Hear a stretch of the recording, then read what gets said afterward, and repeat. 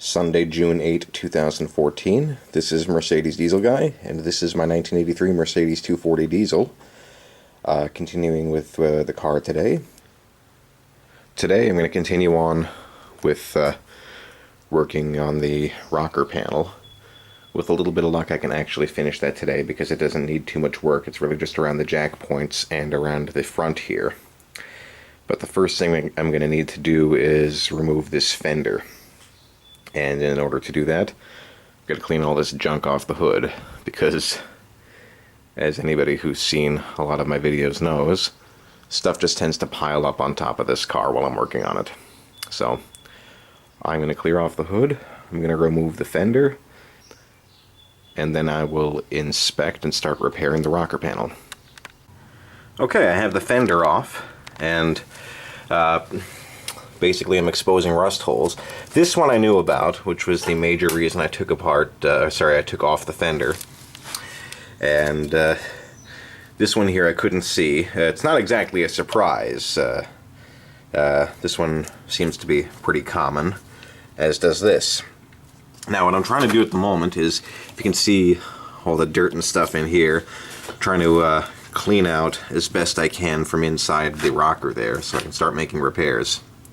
Otherwise, the whole portion actually seems pretty solid. So, right now I'm kind of digging all this dirt out with the screwdriver, but what I'm likely to do is actually get in here with the wire brush and clean this up just to see where I have solid metal. And I may cut back a bit more of the solid metal in order to get a bigger access hole, in order to get that dirt and crud out. But it's basically, you know, these areas right here, and then the rear jack point. Otherwise, the rocker on this side of the car was surprisingly solid. So, I'm going to continue on with cleanup now. Well, here I am at the stopping point for the day. You can see I have the fender off the car. And I actually have mostly patched up the front of the rocker panel here. This here is a patch I put in. Welding's kind of ugly, but I decided not to go too neat on this particular patch because I was setting a fire inside this panel here. There's some kind of insulation on the inside of this panel that caught fire a couple of times. Thankfully, I was able to put it out and not burn down the whole car. I welded up a hole right on top of this panel here. This whole thing right here is new metal that's a patch, as is the front of the rocker panel right here. That's all new metal. And I have started welding up the jack point. I've got this backing plate right here, which is tacked in just where you see it. It's not tacked down on the bottom yet. And I have this panel here, which is going to close off the outside. Everything you see is coated in the weld-through primer,